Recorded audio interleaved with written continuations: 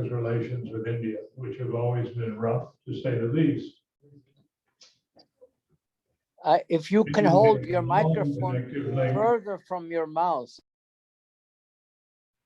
Are you turning that off? India has a long relationship with the West because Alexander brought a Greek army all the way to the banks of the Ganges, where he supposedly tried because there were no other worlds to conquer. But its long history, It's not as good as in the 20th century. India has suffered a great diaspora in that when they finally became part of the British Empire, the British took large numbers of these hardworking people and put them elsewhere within the empire. That's why when you watched, if you watched the movie Gandhi, Gandhi was an Indian, a great Indian leader, but he grew up in South Africa because the British had moved a large number of Hindus to South Africa. And later, when the South Africans wanted them to go away because they were not favored either by the locals, the Indians went home and they took with them one of their crafts. India has for generations been a wonderful worker of the diamond trade. And so two places accepted him this transportation back home.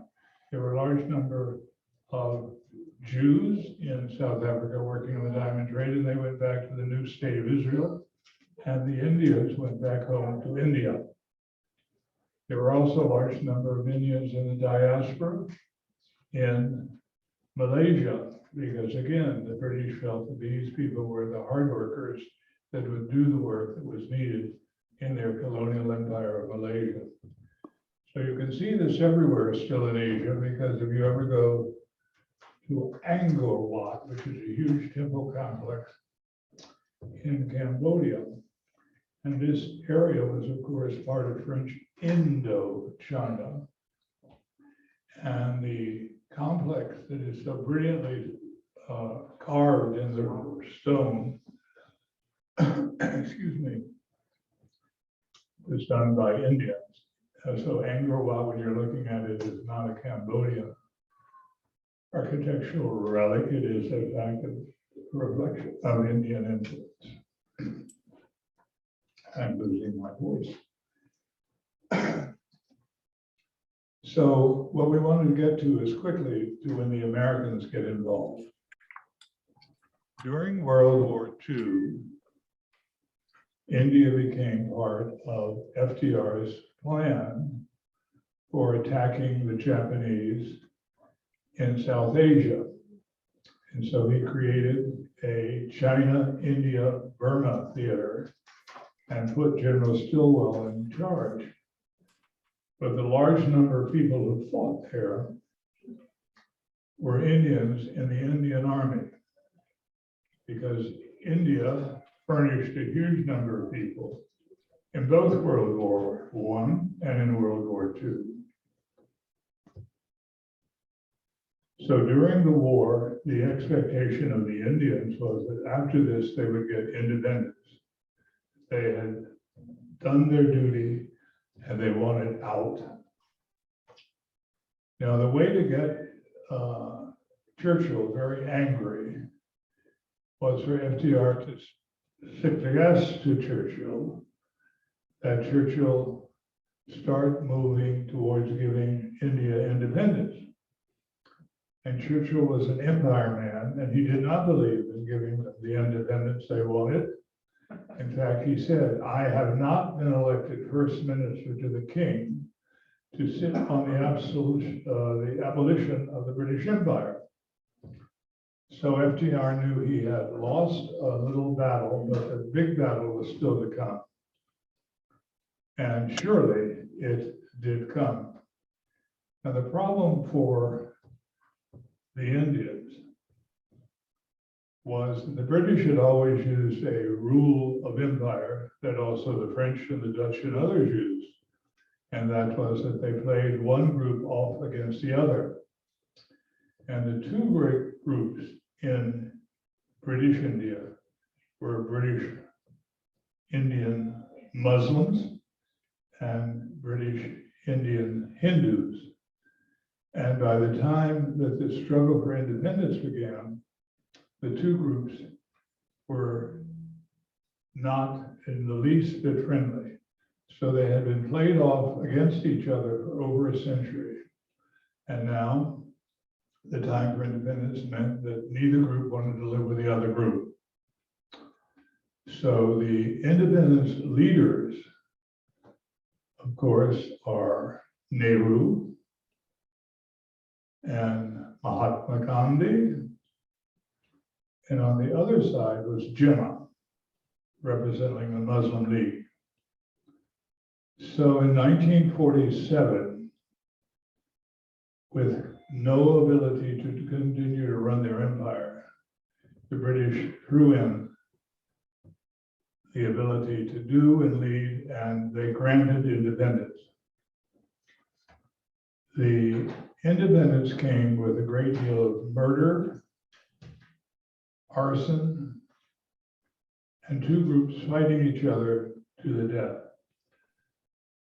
And in the case of groups we have here living, like the gentleman who just left, he comes from Pakistan. Pakistan is created in the division of India to two states, Pakistan, both West and East Pakistan. East Pakistan is where Calcutta is located and is now the independent nation of Bangladesh, which means it's still a Muslim country. And in the case of Pakistan itself, it became an independent nation. And they fought a great and an awful civil struggle. There's a wonderful book about this called Midnight Children, in which you get to meet a lot of people being slaughtered as they try and escape their part of India into Pakistan, and those people who are Indian Hindus are trying to escape what will become Pakistan. Sure.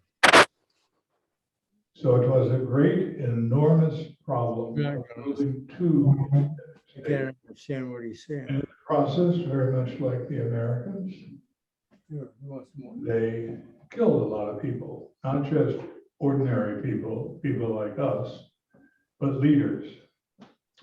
So that the great leader, Mahatma Gandhi, who had spent much of his life in British South Africa, who had come home, he was assassinated.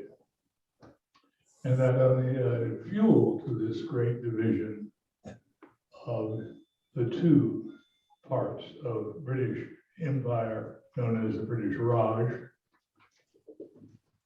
And it left a lasting impression on both sides. The British did almost everything wrong they could do. I'm sorry to tell you that, Robert. They, for instance, made a decision in the partition that a princely state would go to the part of India that was either India or Pakistan, depending on the leader of the Maharaja from the state. So you had a very famous state up in the Himalayas of Kashmir. And Kashmir has been run by a Maharaja who is Hindu, but it's 90% Muslim population. So it has remained an open wound in the side of South Asia ever since, because they're killing each other still today in what had been Kashmir. So trying to work those puzzles out was very difficult for the Americans, who didn't understand it, had not been part of the decision making, and watched in horror as the slaughter of innocents continued. Now, how to explain that to you? There is a magnificent book that if you haven't read it, you should read someday, Ian Forster's Passage to India. It explains the British attitude towards India. There's also great music about the process of being part of India. Some centuries ago, a great composer composed an opera about going to India. It was sung here in San Francisco Opera by a great tenor who wanted to sing the one aria that's famous called O Paradiso. And so this opera, ill-named La Africaine, but it was really about Vasco da Gama's discovery of India, discovery by the West. India already knew where it was. So you have this La Africaine, and also off the shore of India, there's a beautiful, beautiful island. You might know it as Ceylon. Today it's known as Sri Lanka. And in that particular island, Bizet found an opera that he could write called The Pearl Fishers, because not only was this area well known to people who knew India, but it was well known to the people who went pearl diving.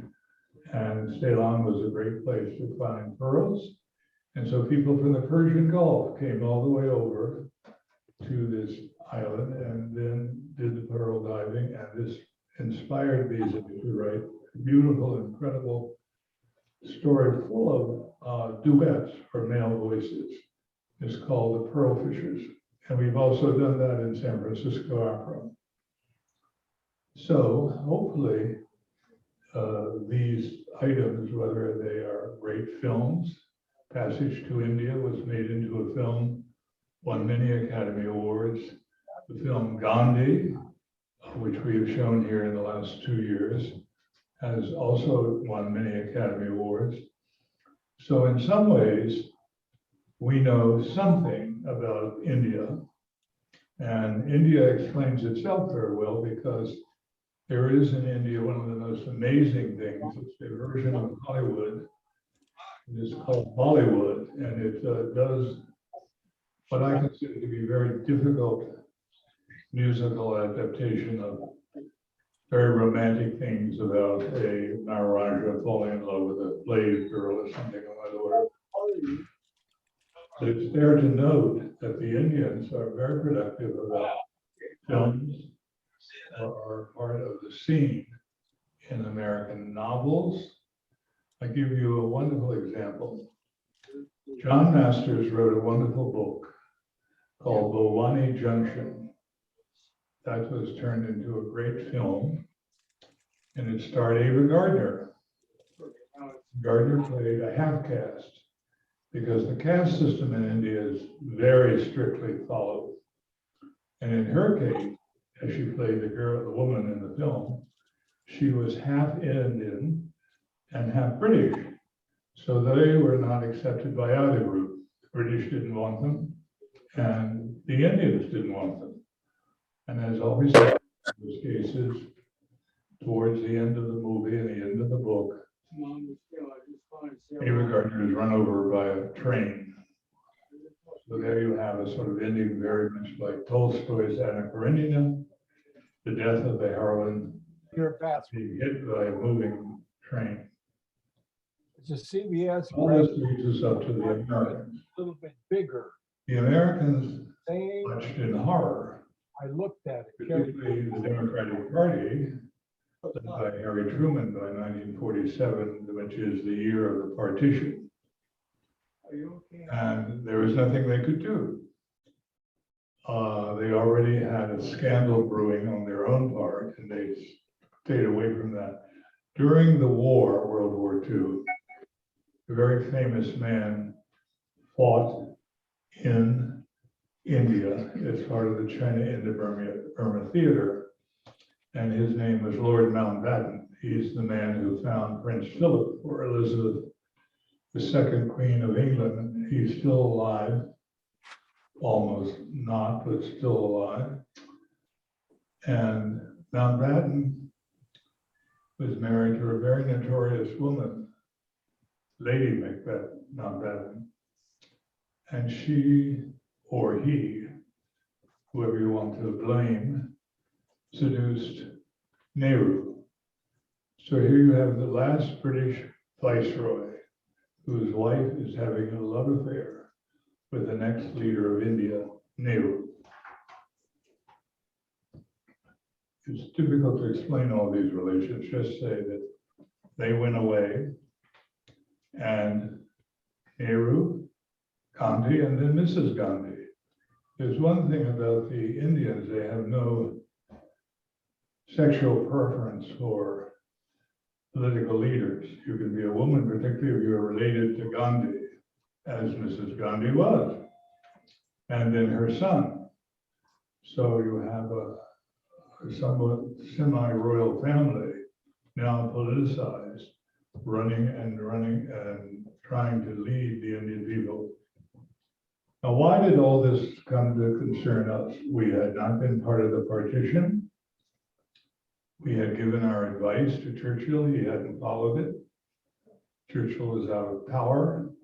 The Labour Party wanted to be finished with India and the Indian problem. So they quickly got out of India and now it's independent. What happens next is a bad chapter on both sides. The Indians decide they want to have nothing to do with the West. We had been nothing but trouble with them ever since Alexander the Great, and they had nothing but trouble with Churchill. They had the problems with all these dispersed Indians living throughout the world as part of the Indian diaspora. And now the question was how to live in the modern world. So they decided to be non-aligned. That means they didn't sign up with us and they didn't sign up with the Soviet Union. They had nothing to do with either one. We did have an embassy there, but the embassy was not important. And they did not go to any one sector to get any advice.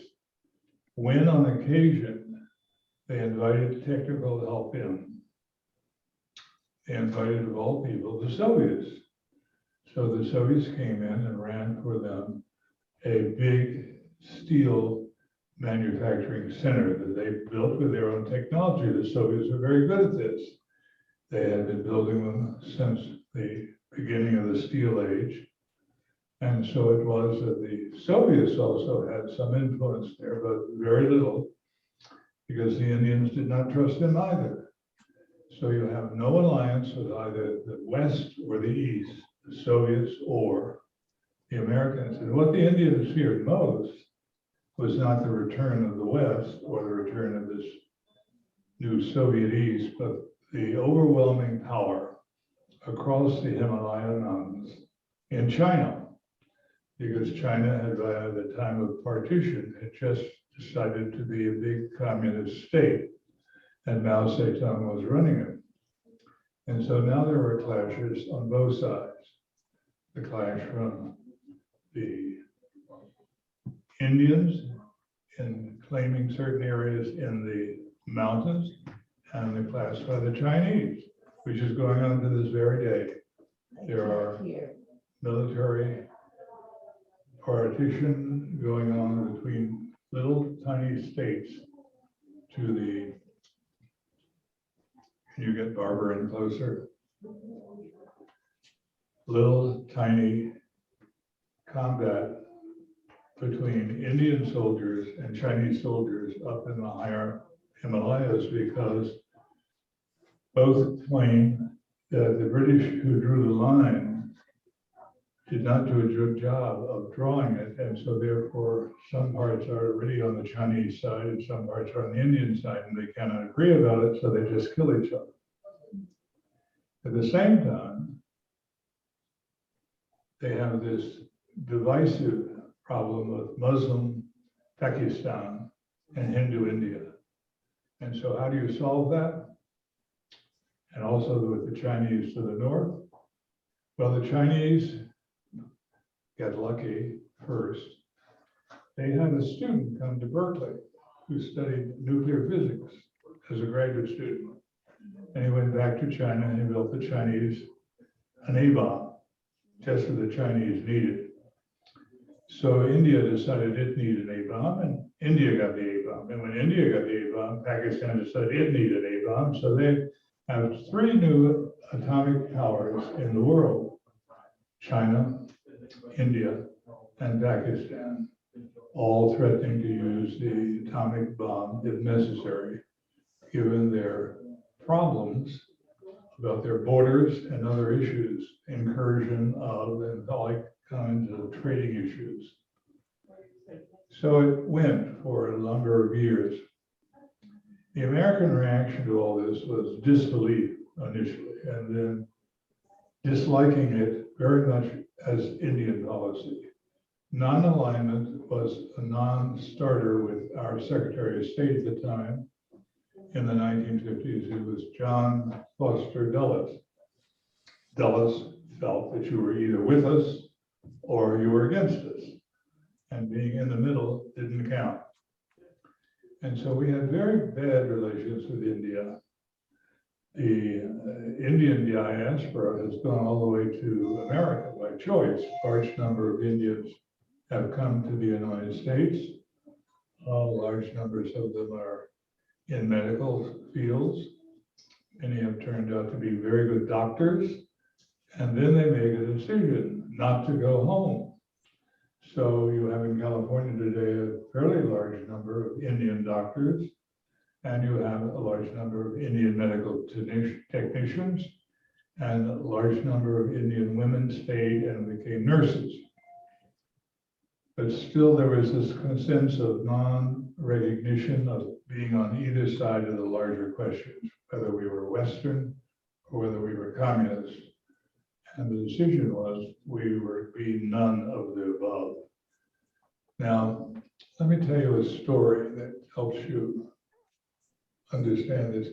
Once upon a time, I got an invitation to come to the deep, darkest parts of Brooklyn. I've never been to Brooklyn in my life. I've been to New York many times, but crossing either the subway or the bridges never took me to Brooklyn. And now there was suddenly a reason to go to Brooklyn. In Brooklyn, there are two wonderful things to see. One is the Brooklyn Art Museum, which was very famous in its day because it showed the Judy Chicago dinner with, I think, 20 some dinner plates on a table. But it was very much in the Indian tradition because these were all erotic dinner plates. And so you had the choice of where you wanted to sit and what you wanted to see. But it also has a Brooklyn Academy of Music, which is a wonderful, wonderful institution. And they had found in Brooklyn an old 1920s movie house. And in the 1920s, many American movie houses were shaped like Chinese pagodas, Indian palaces for Maharajas, on and on and on it went. And so they found an Indian Maharaja's palace designed as a movie house. So Peter Brook, the great British director, decided that was the place where he could stage a huge classic in Indian literature, the Mahabharata. The Mahabharata is a story very much like Homer's Iliad and Homer's Odyssey. It tells the story of fighting families through the generations. It's a brilliant piece of writing and a brilliant piece of staging once you can get the feeling for it. For instance, in the Mahabharata, there are Indian gods. My favorite is Ganesh, the elephant god. And when you went into the theater, which by the way, this play lasts almost 12 hours. So you go early in the morning after breakfast and you see the first 3 hours, and then you have a break and you have lunch. You come back and have 4 more hours, then you have a break for dinner, and then you come back again and you get out around midnight. So it's a long, long visit into Indian culture, the Mahabharata. In the process, it tells the warrior story, just like Odyssey and the Iliad do in Greek myth. You are these fighting sides that constantly raid each other, and the gods are involved in the process of choice of who wins and who doesn't. So I found myself on a subway. I got over to Brooklyn. I got on a famous road there and found my way to the theater. and spent the entire day immersed in this wonderful epic piece of Indian writing, something the Indians know well from their tradition and their own arts, the Mahabharata. And there's several things like that in Hindu art. Hindu, for instance, they have very erotic art. And so they are not physically distant from erotic things. Are you on the And, phone? one temple complex in Toto is a famous destination almost all Americans want to go and see. How to explain it is, there's no explanation. It just is what it is. It's just like other things in India.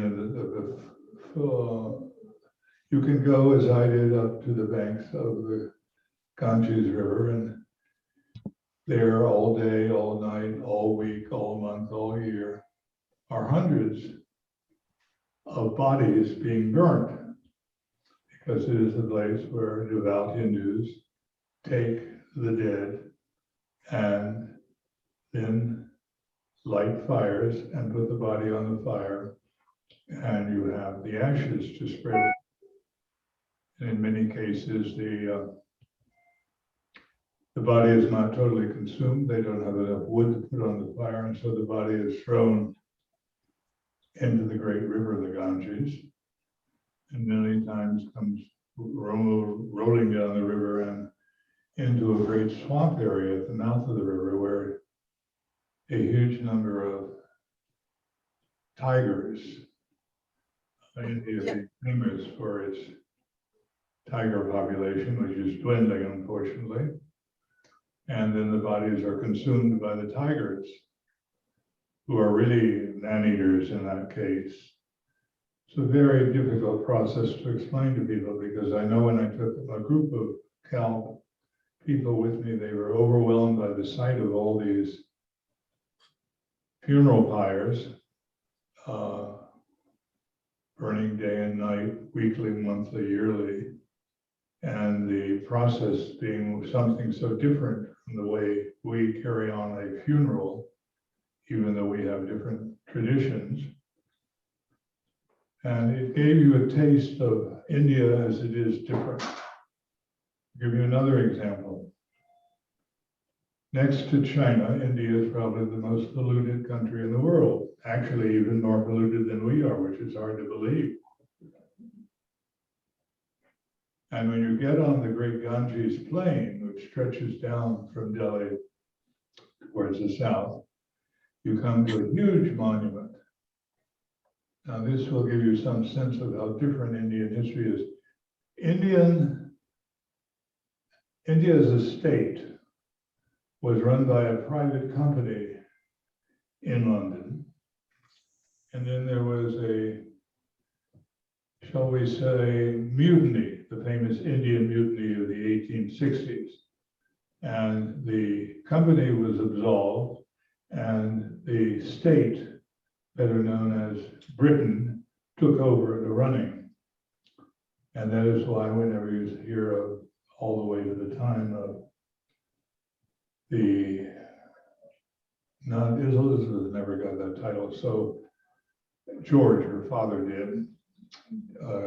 George VI of England was King Emperor, because Disraeli had gotten for him the title of Emperor of India. So when you got down to the old India, you realize that many of the emperors had been Persians. They had come over with a great spread of Islam into India, and they were Persian rulers of the Indian states. Many of those Indian states still Hindu, and the Maharajas being Hindu, but under them or before them stood these great numbers of emperors who were Persian in derivation. So that's why when you get to this very polluted area today, you also see an area that everyone wants to go to, but you can hardly see it, and it's the Taj Mahal. Taj Mahal is actually a funeral place for one of the emperors whose wife died. And so he brought architects from Persia who designed this very famous building. But when you go to see it today, you've got right up to almost your nose has to be against the building because everything is so polluted around the Taj that you can't see it from any distance at all. It's just a big blob of marble that seems to be carved. When you get close to it, and on the one day in the year that it might be clear, you see this incredible piece of architecture staring back at you, a place that memorializes a famous love affair between the emperor and his wife. So you get to see India through different spheres that way. You get to know that it had great influence beyond its own normal borders. It had a great tradition. It has become quickly modern and therefore very much a problem for global warming because between India's contribution to this horrible feature, China is doubling its contribution to global warming, not to mention, of course, the famous United States. So here we have this big state now carved up after partition into two big states, Muslim India and Hindu India, Muslim India taking the name of Pakistan. Pakistan itself is a Persian word. Whenever you hear the word stan, like I did this morning, because there was a man in my apartment finally hooking me up to the TV system, and he comes from Afghanistan, the guy who was in your apartment, dark-haired, nice-looking young guy. He actually was a Paki. And Pakistan, stan is a Persian word for the place of the Paks. Afghanistan is the name for the place of the Afghans. Turkmenistan is the name of the place of the Turk, and on the story goes. Stan is a Persian word, showing you the enormous influence of Persia in that part of the world, and even today, with its various outreaches to the people nearby. So it was that the Americans came and had to deal with all these issues. We were not very good at it. John Foster Dulles insisted that they couldn't be uncommitted to either side. You're either with us or against us. And the Indians rejected this, as they should have. They instead wanted to make a world of their own, and a world that did not involve the Anglo-Americans, who had been part of the problem for them for some time. And so they have moved into the modern age. Today they have a leader who continues to have this problem between, it's hard to explain that when the partition took place in 1947, millions of Hindus left old India and moved to Pakistan. Many Indians left old Raj India and moved to India. And in the process of this movement, many of them were killed on the trains going back and forth. You would get to the train station and everybody in the compartment was dead. But nevertheless, they did finally get the partition arranged in such a way. But the area after 1947 calmed down, and there are still millions of Muslims living in India. And so the trying to make that system work has not been easy for the people like Indira Gandhi, her son who was also a Gandhi, and before that, until he was murdered, the Mahatma himself, in a way that tried to pull a state together, a state that had many different parts and was viewed in many different ways by these contributing parts. I try to explain this in various ways. We had, for instance, a very famous family in this country who was Irish, by the way, and You know, it's almost St. Patrick's Day. Any minute now, we'll all turn green. And it being St. Patrick's Day, a woman who was known as Jackie O, and later in her life, it was Jacqueline Bouvier Kennedy, then Onassis. She came to India and made this sort of royal tour, as had the British before. British royalty always came to India for a kind of royal tour. Delhi was the capital. The capital highly celebrated Queen Victoria. So the Indians were, if anything, loyal to the Raj and to trying to make it work. But when it didn't work, when finally everyone caught on that the British had been playing one side against the other and the two sides had grown to hate each other, then there was nothing to do but have the partition, no matter what the murder and killing would be like. Again, I remind you that the famous book is Midnight's Children. It was the author who was then later given a fatwa. A fatwa is a Muslim curse in which all Muslims are expected to murder you if they find you anywhere in the world. Not a very pleasant way to put a curse on someone. So it was that the India and India relations with America did not come off well. Nehru tried. If you remember, all of you men in the audience, we once in the 50s wore something called a Nehru jacket.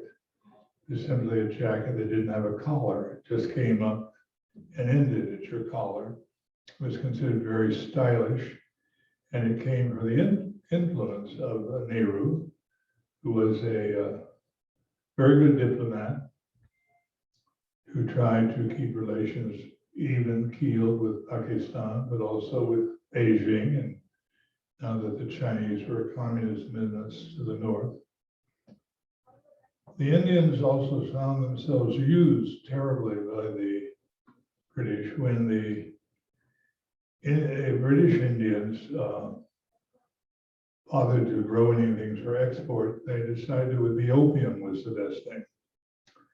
So a huge amount of British opium was packaged up and shipped to Hong Kong and other Chinese cities. Well, the Chinese refused the ships. So the answer was war, the famous Opium War, Britain against the Chinese. And needless to say, Britain won. And so into these Chinese cities poured this awful form of dope, which then, once smoked, is the way the Chinese use their opium, was very addictive and very disabling. So once this ceased, the other great commodity the British wanted out of India was tea. And the great tea plantations grew up in places like Darjeeling.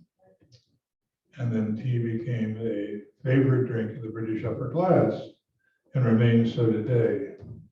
These tea plantations describe much of what was going on, particularly in the high country. I don't know if you were around when it was a great success on TV, but there was a TV program that went on for many series and was about India under the British and the idea of tea plantations, bringing a lot of British people out to the colony.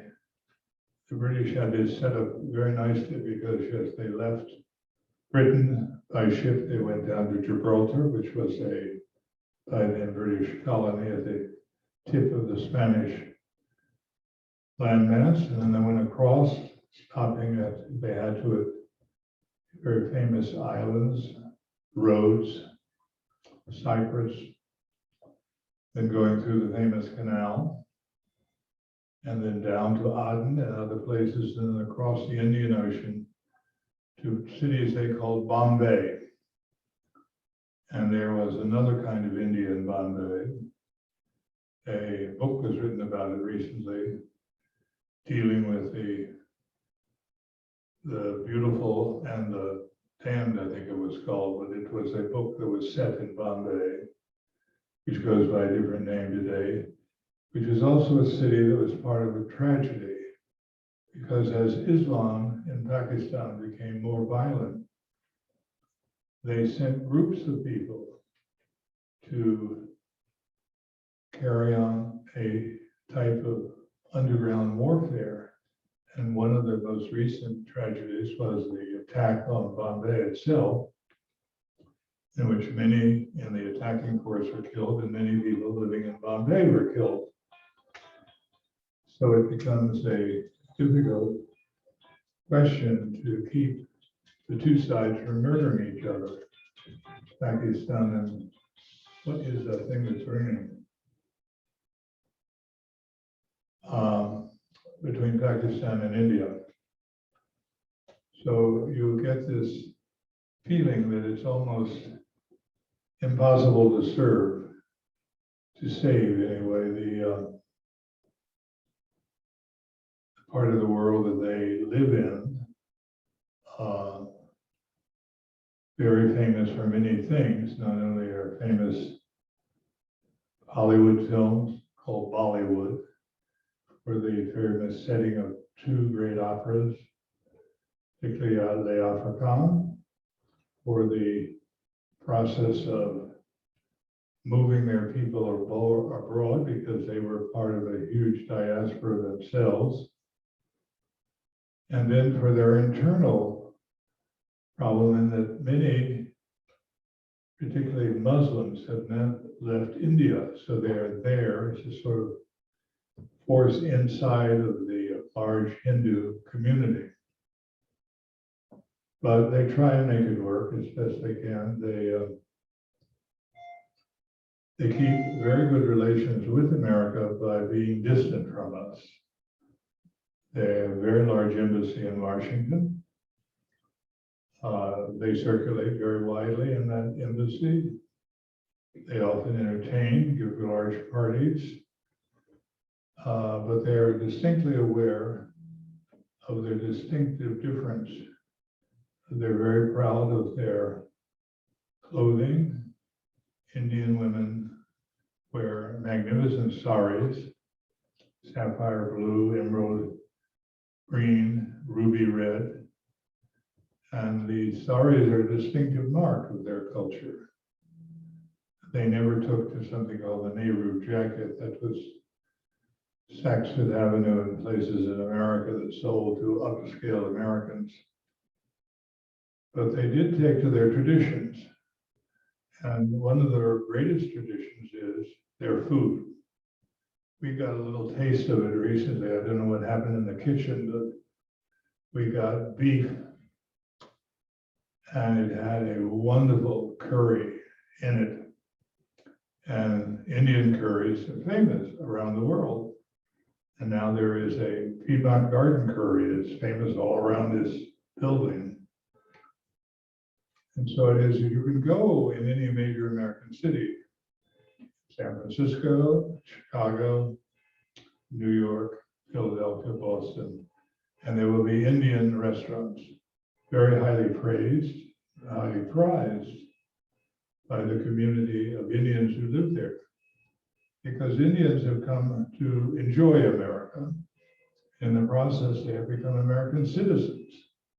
So just like many of the people who work here, who come to us from other parts of the world, Saeed has come to us from Pakistan, the man who was just here a few moments ago. And he's very proud of his Pakistan. He speaks a number of languages, to include Russian, because Pakistan has had a troubled relationship with Russia.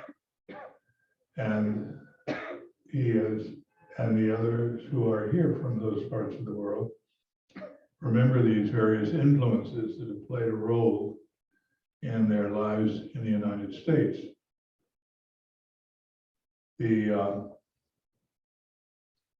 I don't know what else I can tell you about India. It's so complex and so difficult. I could try, as we have tried several times before, and we have a mic here, to ask you if you have a question about India or something you'd like to say about India. Then we will give you the mic and you may say what you say or ask your question.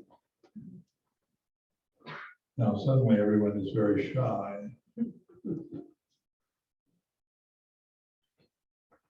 I think Renata is trying to raise her hand.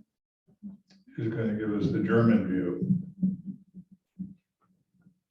My question is, do you have any comments about the educational system in India? It seems that many Indians that come to the Western world come here because they are actually wanted for their skills. A lot of people in Silicon Valley, I believe, are Indians. Yes, that's true. Your question has to do with the skill level of university trained people in particular. And there are many universities in India. And we at Berkeley have an exchange with one of them, meaning that as your junior year abroad, you can go there and study. It's not high on the list, but we also have it with Beijing, so that you can go to Beida University and study. And you can certainly go to the Japanese universities and study for your junior year abroad. And it is that the level of technology is high in many of these areas, particularly in one area that has been a very big visa question. Indians are very famous for their computer skills, and they have flooded the area of Silicon Valley. And they always come under these very special visas that allow them in to work for 2 years and then have to go back. And in the process, many of them have stayed and married and become American citizens, but not all of them. The computer business has relocated, and when it chooses to locate, it often chooses to go locate in India. So the flow is not just one way, a brain drain towards us, but it's a two-way street, whereas many people are going and staying in India because a high level of technology there allows them to work in their computer areas and their computer skills. But it's not just in computer skills, which are high in the level of numbers, but there's also those who have come here in medicine, worked as doctors, stayed on, who came as medical technicians, stayed on. And so there's like a little India, communities in various places, particularly in the South Bay. And I used to have a number of them as students at Berkeley. They're very bright. Many of them wanted to go home, were very much tempted not to, particularly if they were in love with an American. And so the love affair trumped the family affair, and they stayed. But it's not impossible now for an American woman married to an Indian to live in India. It's not that difficult at all. And so the education is a two-way street for Indians going and for Americans coming back and forth. It's no longer a one-way, it's no longer a brain drain in either case. They seem to be quite happy with the exchange working. Any more questions out there? Yes, sir. Here he is. Patrick, when I was in India, only briefly and only in Mumbai, I was struck that there weren't just the two groups of Hindu and Muslim. There are dozens of religious and cultural groups in India, and it's scattered in different parts of the country. And the very well-educated people I was with spoke 3 or 4 or 5 different Indian separate languages from different parts of the country. How do they figure in the political makeup of the country now? Well, you've used a new term for Mumbai, and it's one of the great centers on the Indian Ocean side of India. Was always the entryway for the British when they came initially, because they come through the canal. The idea of how these groups out of the two big groups, Hindu and Islam. There are Sikhs, for instance, very important part of the population, and others who have smaller groups within groups, so that it is a multilingual, multi-ethnic civilization. They're all tolerated. Levels of tolerance are a lot better than they are in parts of the United States. I'm thinking of the American South. So all I can tell you is that when I was there several times, once working out of the embassy and once leading a Cal group, there never seemed to be a problem where you heard the divisive nature of the arguments between the two groups. There was a great deal of tolerance, Sikh temples. Now, there have been a couple of clashes with the Hindu nationalism, which is a very ugly side of Hindu relations today, and particularly egged on by the current president of India. There have been attempts to take over old 18th and 17th century temple complexes, and one was a Sikh temple complex. And the Hindus now suddenly wanted it back and wanted to turn it into a Hindu. And it was egged on, like Trump legged on people to attack the Capitol. You got egged on here in the case of Hindus to attack the Sikhs, and they fought back. So that's an ugly chapter. Every nation has it in one way or the other. And you have to, it gets too much in detail, but let me give you an example. The caste system in India is terrible. And the untouchables, who are millions, are at the very bottom and are, just as the word says, untouchables. They are not to be in your house, and they are not to work any jobs but the lowest kinds of jobs. And it was one of the things that the great Mahatma Gandhi was opposed to. Gandhi wanted to end the caste system in India and release these people from this kind of bondage. But if you know what happened to him, he was murdered, assassinated. And that was a blow towards a better understanding of the groups within India, because they saw what happened when you were doing things that unraveled the ugly past. And nothing was uglier in Hindu India than the caste system. And it still exists. You could hear Brahmins, who is a higher caste Indian, sort of shake all over when they saw that there was a untouchable who was walking near them or going anywhere where they were going. It's just a very ugly system. It would be very much like, well, a Southerner having to drink out of a water fountain that a black person had used would be unthinkable under the days of Jim Crow, not just slavery days. Of course, there's nothing for slaves but slavery, but I'm talking about when they were free. They weren't really free slaves. They were living in the Jim Crow era of the old South. And so you have this untouchable business, and it made it very difficult for people to modernize India, because everybody in India who counts themselves in the millions. They don't have small groups. So you have millions of untouchables. Very, very ugly scene. Anybody else with another question? I know you're nervous. Yes, a question here, and the mic is right behind you. I was wondering if the untouchables have a vote in India.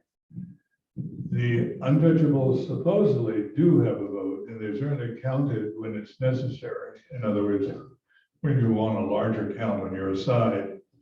But I don't think that you could get near the polling booth, to actually cast that vote if you're an untouchable, because the poll workers would refuse you.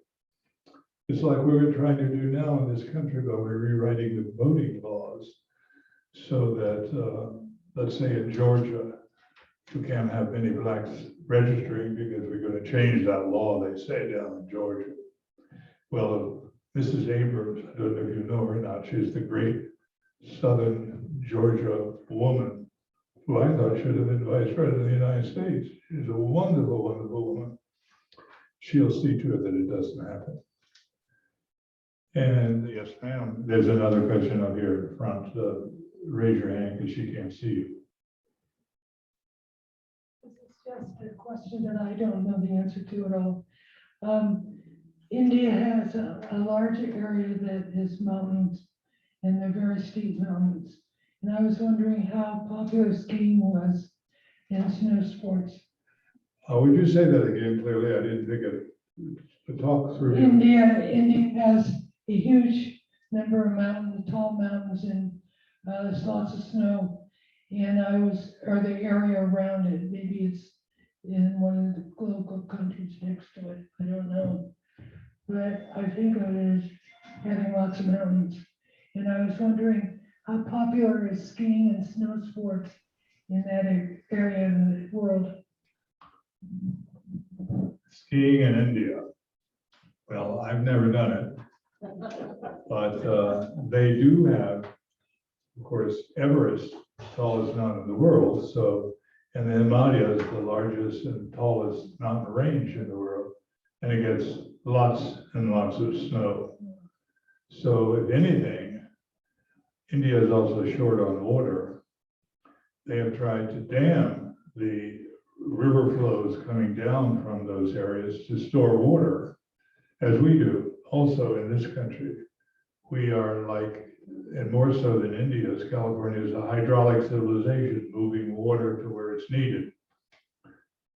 So I don't know of any high-end Hindu or Muslim even ski resorts.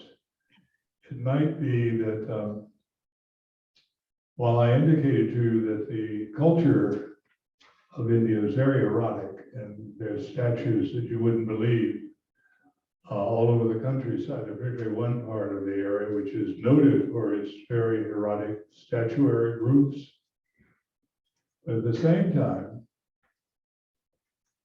to see a woman ski in India, I think would be difficult to do, because high-class Brahmins would not look fondly, I don't think, on ski outfits worn by women. I might be wrong about that. They might do what lots of people do. The Shah of Iran, when he was in Iran, was very, very quiet about his life. But when he went to Switzerland, he skied all the time with all the very beautiful women, which would not be approved of at all in Iran, even though he was Shah of Iran for a while. So sometimes countries and their cultures, when in touch with the West in particular, we are a corruptive influence in that way. We don't see anything wrong with bathing suits that are very skimpy. There'd be other people who, you know, now sometimes I have this problem with my Israeli friends because devout Israelis do not believe in skimpy. But if you go down to the sea, suddenly everyone's in skimpy bathing suits. It was the same thing when I used to fly on Air Iran. You would get off the tarmac, you take off and going, say, back to Paris. And as soon as you got to 50,000 feet, the flight attendants all disappeared. They'd been wearing their stuff. And they came out, you could smell them coming because they were coming from the rear of the airplane. And what you smelled first was the nail polish. And then when you saw them, they had changed their garb completely. And they were dressed like modern European women. They had dresses on, they had makeup on. And then when they went back, I guess what happened was before they hit Iran's airspace, they went in the back of the plane again and took all this stuff off and dressed again in a very traditional way to be able to be landing in Tehran. Is that if you have a question there, is that your hand? No, oh, it's not, sorry. All right, I think we have Any more time? Can I, can I Thank you just very say much for coming. something? We'll do this again next week, same time, same place. Good afternoon.